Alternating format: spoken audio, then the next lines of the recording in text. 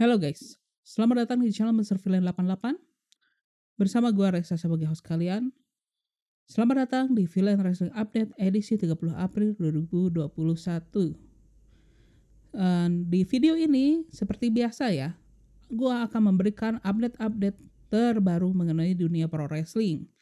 Dan ada beberapa headline yang akan gua berikan ya di video kali ini. Yang pertama ini adalah hasil daripada NXT tanggal 27 April 2021. Lalu yang kedua ini ada berita mengenai daripada match pertama Andrade setelah lepas dari WWE. Lalu selanjutnya ini ada match update ya untuk AEW Blood and Guts yang akan digelar di minggu depan. So, tanpa panjang lebar lagi, kita masuk ke topik yang pertama, yaitu hasil daripada NXT tanggal 27 April kemarin. Yang mana show tersebut itu dibuka dengan match antara Mercedes Martinez menghadapi Dakota Kai yang ditemani oleh NXT Women Champion Raquel Gonzalez. Yang dimana di pertandingan tersebut ya cukup terlihat bahwa Mercedes Martinez ini lebih mendominasi pertandingan ya. Dan Mercedes Martinez pun yang notabene ini akan menjadi the next number one contender ya untuk gelar NXT Women Champion. Ini pun memang terlihat sangat amat mendominasi ya pertandingan tersebut dan membuat si Dakota Kai pun memerlukan bantuan daripada Raquel Gonzalez. Tetapi bantuan Raquel Gonzalez ini masih bisa diantisipasi oleh Mercedes Martinez. Sehingga Dakota Kai ini pun sangat amat terlihat tidak berdaya ya di pertandingan tersebut. Hingga pada akhirnya pertandingan ini pun terhenti setelah si Raquel Gonzalez itu menyerang Mercedes Martinez. Sehingga Mercedes Martinez ini memenangkan pertandingan tersebut ya via disqualification. Tetapi serangan Raquel Gonzalez terhadap Mercedes Martinez ini pun berlanjut ya walaupun pertandingan telah dihentikan. Dan hal tersebut pun berlanjut lagi ya show pun ke match yang kedua. Yaitu match antara pendatang baru yaitu Zayda Ramier menghadapi Toni Storm. Yang dimana sebelum pertandingan itu berlangsung begitu ya, Toni Storm ini melakukan promo ya dengan melakukan shot ya terhadap Zoey Stark, yang dimana Zoey Stark ini berhasil mengalahkan Toni Storm di pre-show daripada NXT Takeover Stand and Deliver. Yang dimana dari promo tersebut begitu ya, Toni Storm ini memang tidak menerima kekalahan nih ya terhadap Zoey Stark. Dan dia mengatakan bahwa the next chapter of his career gitu ya katanya adalah untuk mengakhiri daripada karirnya Zoey Stark. Dan pertandingan pun berjalan ya. Dan dimana di pertandingan itu pun Toni Storm pun secara otomatis mendominasi jalannya pertandingan. Namun hal tersebut terhenti pada saat Zoey Stark masuk ke arena pertandingan dan mengalihkan fokus Toni Storm dari pertandingan. Sehingga hal tersebut pun berhasil dimanfaatkan oleh Zayda Ramier dan dia pun berhasil mencuri kemenangan dari Toni Storm. Dan berlanjut lagi ya, ada match ketiga yaitu match antara Bronson Reed menghadapi Austin Theory yang ditemani oleh The Way yaitu Johnny Gargano, Candice LeRae dan juga Indy Hartwell. Yang dimana di pertandingan tersebut pun ya cukup berimbang walaupun terlihat bahwa Bronson Reed ini sangat mendominasi ya, secara dia memang powerhouse gitu. Dan Austin Theory pun perlu memerlukan ini ya bantuan-bantuan dari rekannya dari The Way untuk mengimbangi daripada si Bronson Reed. Tetapi hal yang menarik ini terjadi pada saat Dexter Lumis secara tiba-tiba memasuki arena pertandingan dan menghampiri Indy Hartwell. Yang dimana Indy Hartwell yang pada awalnya sempat mencoba menghindar Dexter Lumis ya, dan memasuki ke tengah ring dan mengganggu jalannya pertandingan begitu. Dan hal tersebut begitu ya berhasil dimanfaatkan oleh Bronson Reed ya, sehingga dia berhasil mencuri kemenangan setelah dia berhasil mengeksekusi finishing move-nya yaitu Tsunami dan memenangkan pertandingan tersebut via pinfall. Dan berlanjut ke pertandingan keempat pada malam tersebut yaitu tag team match antara Imperium yang diwakili oleh Marcel Bartel dan juga Fabian Aichner yang ditemani oleh Alexander Wolf menghadapi Drake Maverick dan juga Killian Dane. Yang dimana pada awal pertandingan begitu ya, Drake Maverick dan juga Killian Dane ini menunjukkan performa yang sangat bagus begitu ya, dan juga Drake Maverick dengan cukup mengejutkan bisa mengimbangi Marcel Bartel yang dimana pada biasanya Drake Maverick ini menjadi bulan-bulanan daripada para lawannya ya. Namun performa tersebut pun terhenti setelah terjadinya miskomunikasi ya antara Drake Maverick dan juga Killian Dane yang dimana pada saat mereka berhasil menghajar Fabian Aichner begitu ya, Killian Dane tidak membackup Drake Maverick dengan baik. Dia malah berfokus untuk menghajar Marcel Bartel yang pada saat itu posisinya berada di luar ring. Tetapi usaha dari Killian Dane ini terhenti setelah dialihkan oleh Alexander Wolf dan membuat si Killian Dane ini berhasil disingkirkan ya dari area pertandingan tersebut untuk sesaat dan menjadi kesempatan besar ya untuk The Imperium untuk memenangkan pertandingan tersebut. Dan kesempatan tersebut pun berhasil digunakan secara maksimal sehingga mereka pun berhasil mengalahkan Drake Maverick dan juga Killian Dane. Acara pun berlanjut ya dengan sesi wawancara dari pada Adam Cole yang diwawancarai oleh Aras Markazi yang di mana di wawancara tersebut Adam Cole ini ditanyai mengenai bagaimana recovery dia ya setelah match menghadapi Kyle O'Reilly di NXT TakeOver Stand and Deliver, dan dia juga ditanyai bagaimana pandangan dia terhadap Kyle O'Reilly sekarang begitu.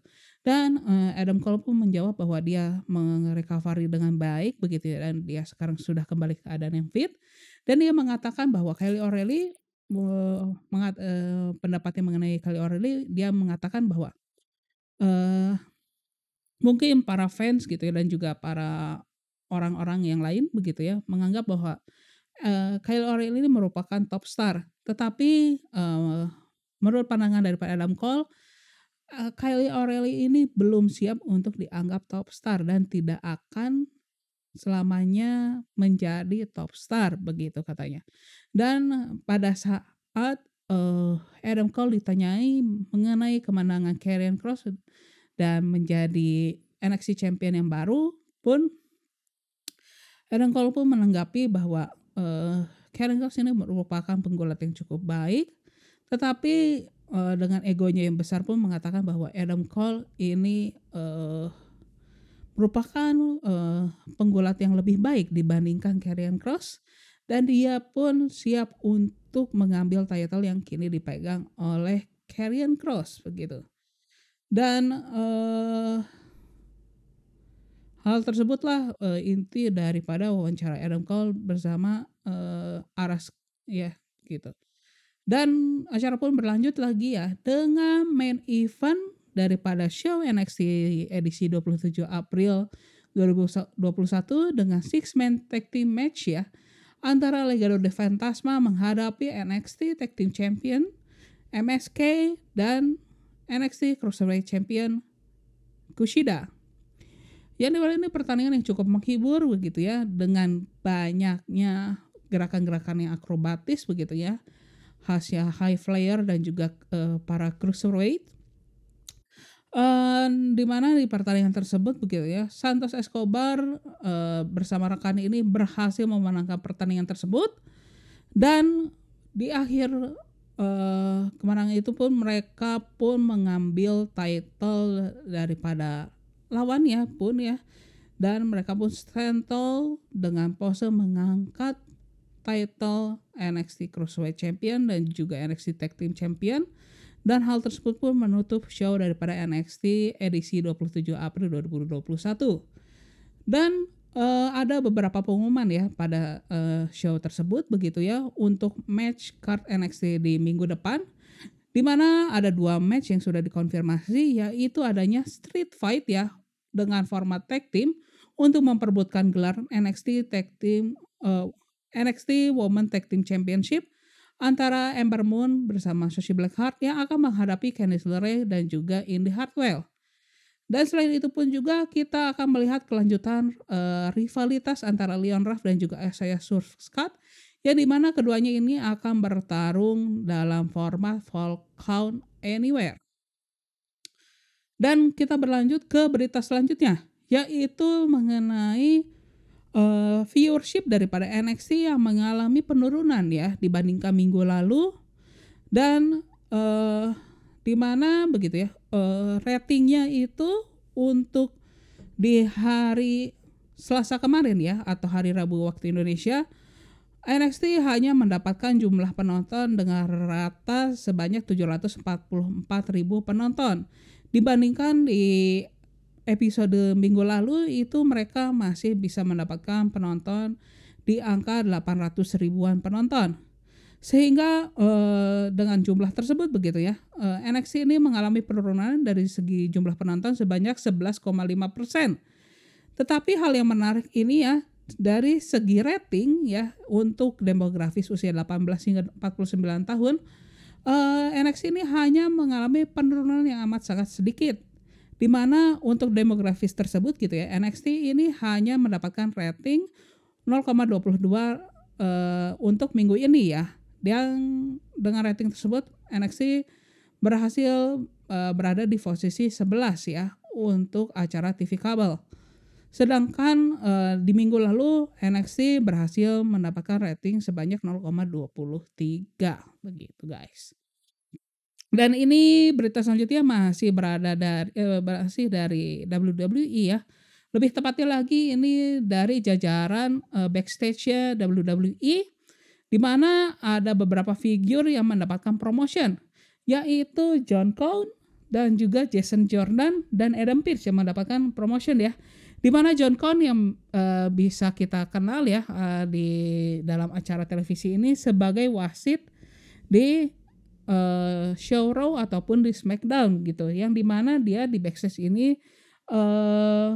merupakan bagian daripada talent relation department, dan John Cone ini sekarang mendapatkan posisi sebagai wakil kepala untuk talent relation department ya, sebagai wakil daripada John Laurinaitis ya, yang sekarang berperan sebagai kepala daripada talent relation department.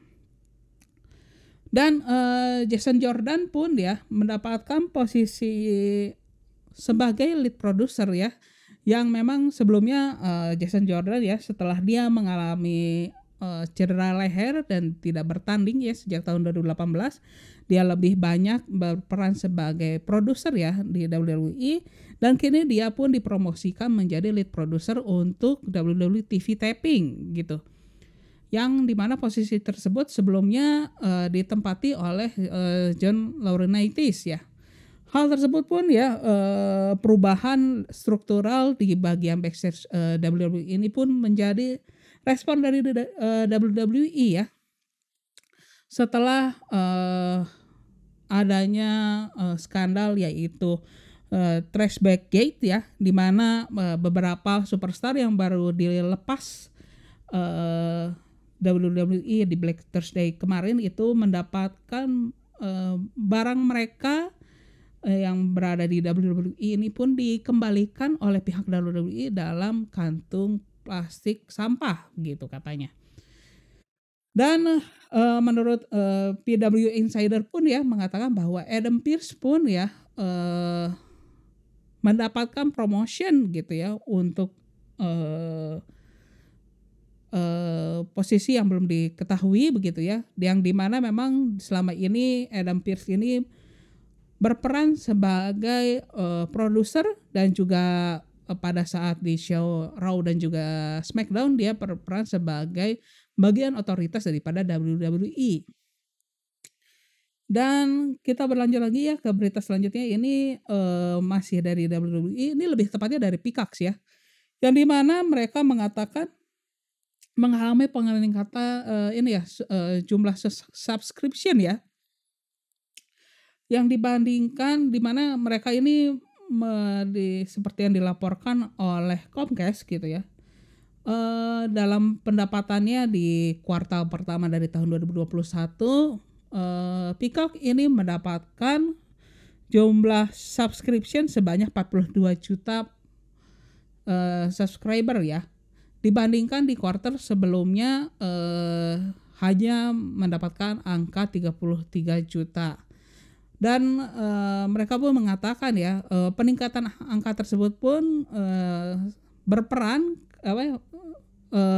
itu pun ya disebabkan juga ya salah satunya karena akuisisi daripada hak tayang daripada konten-konten yang dimiliki oleh WWE Network gitu, yang menjadikan salah satu faktor peningkatan daripada subscription dari Peacock ini ya gitu.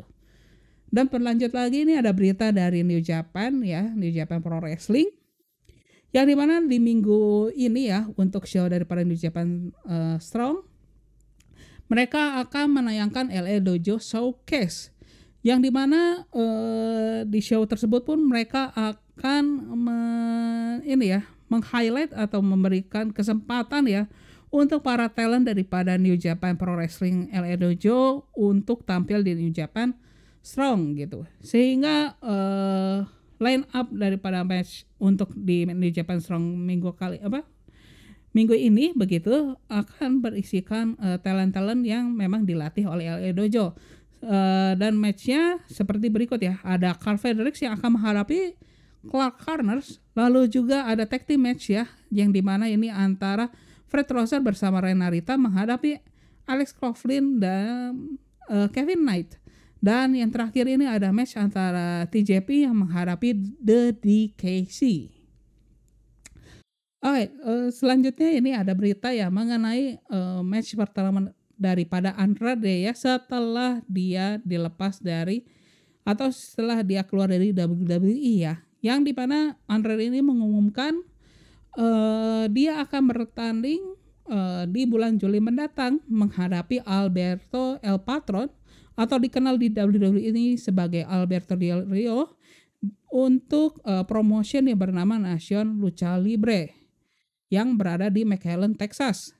Yang dimana Andre itu sendiri pun ya, dia tidak terikat dengan klausul kontrak 90 hari tidak bertanding ya pasca putusnya kontrak dengan WWE begitu ya.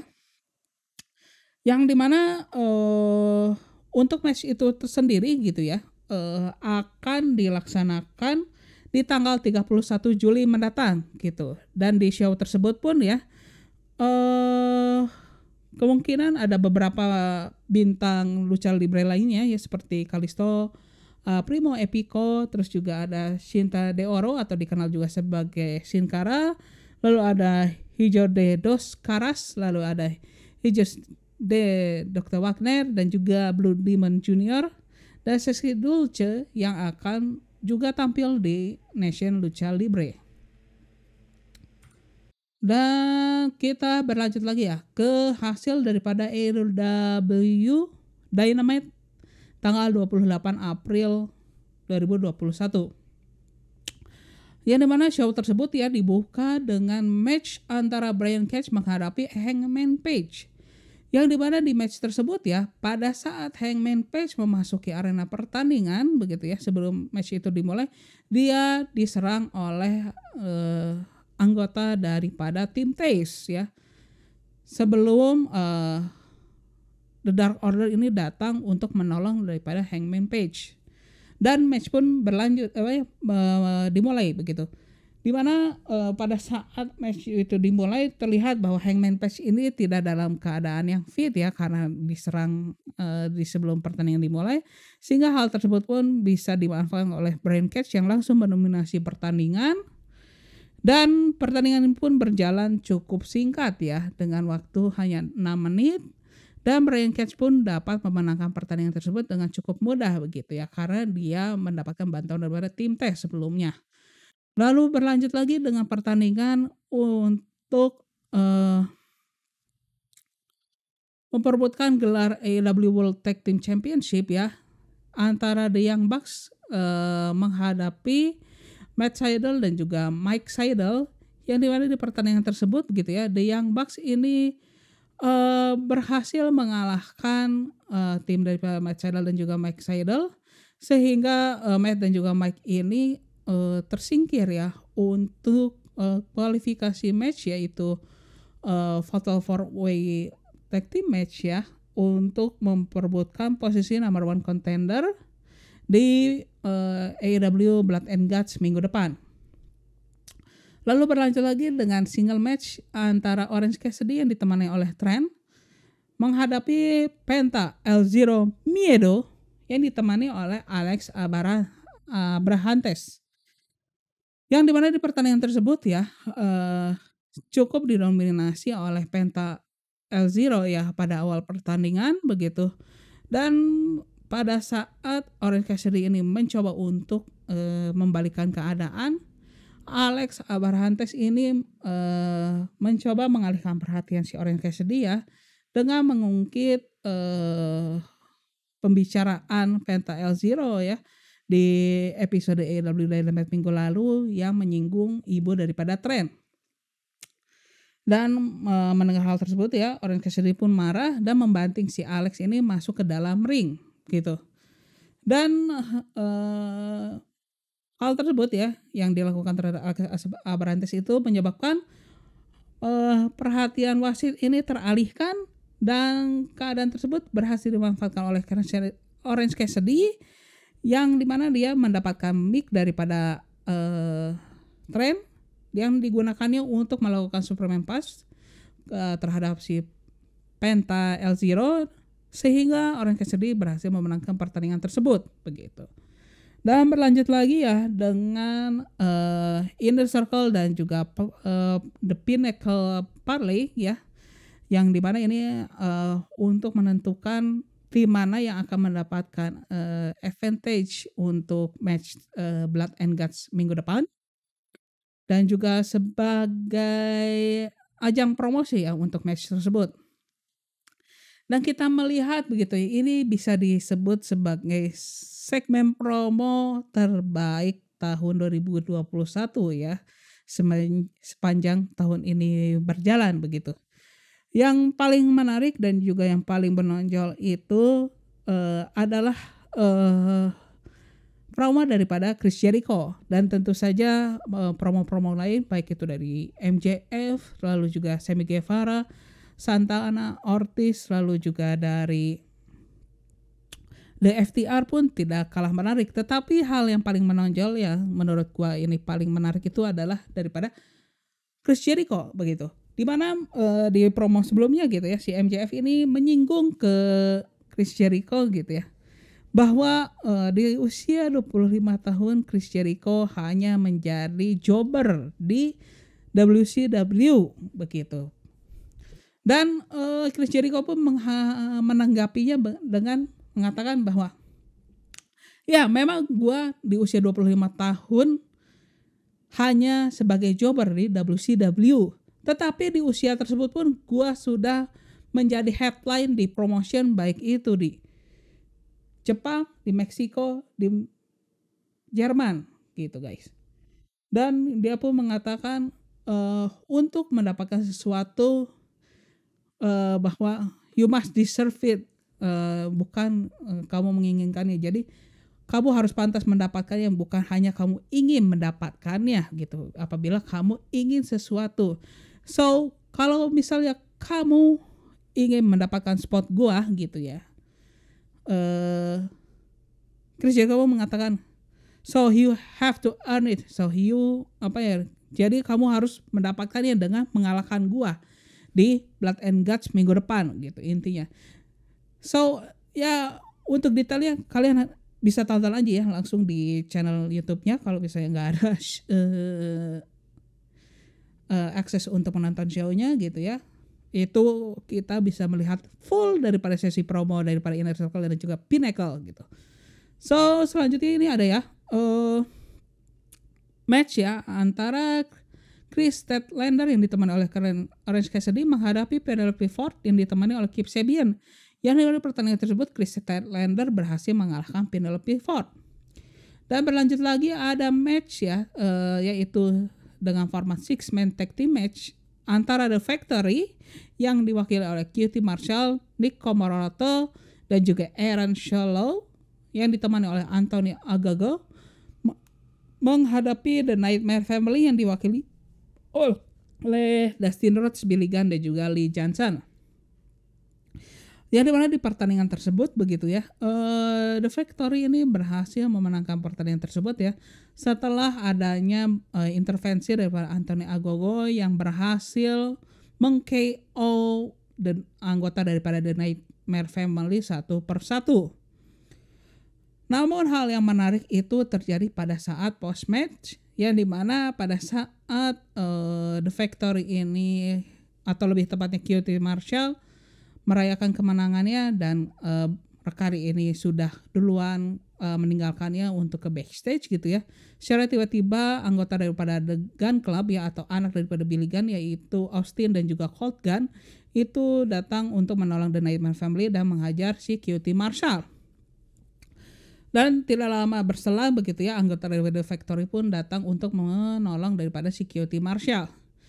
Dan melihat daripada konflik tersebut gitu ya, si QT Marshall pun berusaha meninggalkan arena pertandingan dan menghampiri daripada bus dari The Nightmare Family.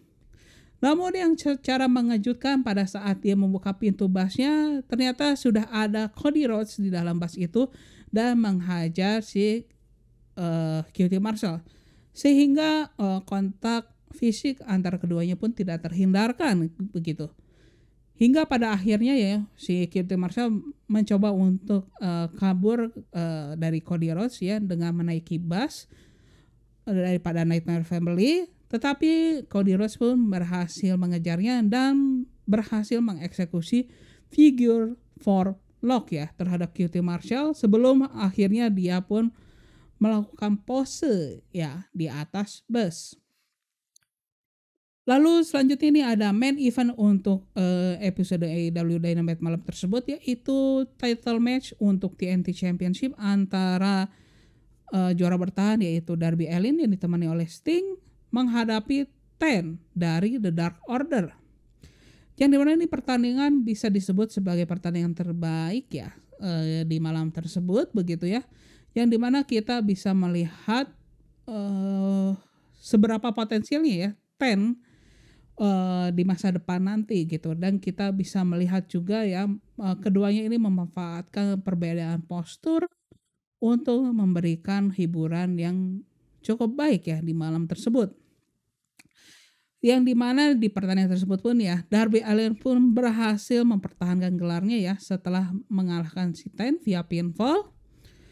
Namun yang menarik gitu yaitu pada saat setelah pertandingan yaitu Scorpio Sky bersama Ethan Page itu menyerang Darby Allin dan juga Sting. Dan Scorpio Sky itu melakukan heel lock ya terhadap Sting ya hingga dia sangat amat kesakitan sebelum pada akhirnya begitu ya Ten dan juga Murder Hawk itu ya datang untuk menolong Darby Allin dan juga Sting. Dan kita lihat lagi ya persaingan untuk memperebutkan TNT Championship gitu ya. Apakah Scorpio Sky akan mendapatkan lagi kesempatan ya untuk menghadapi Darby Allin begitu ya, atau Murder Hawk yang akan mendapatkan kesempatan untuk memperebutkan gelar TNT Champion. Begitu guys. So, hal tersebut pun menutup show daripada AEW Dynamite edisi 28 April 2021. Dan di show tersebut pun ya diumumkan ada match lain ya, yaitu totalnya 4 match ya. Di samping Blood and Guts match antara Pinnacle dan juga Inner Circle yang akan digelar di AEW Blood and Guts minggu depan. Yaitu yang pertama ini ada match antara Cody Rhodes dan juga QT Marshall yang kemungkinan ini akan menjadi pertandingan puncak ya untuk perseteruan antara The Factory dan juga The Nightmare Family. Lalu juga ada tag team match ya antara Kenny Omega bersama Michael Nakazawa menghadapi Jon Moxley dan juga Eddie Kingston. Dan juga ada match ya yaitu Britt Baker yang akan menghadapi lawan yang belum ditentukan begitu.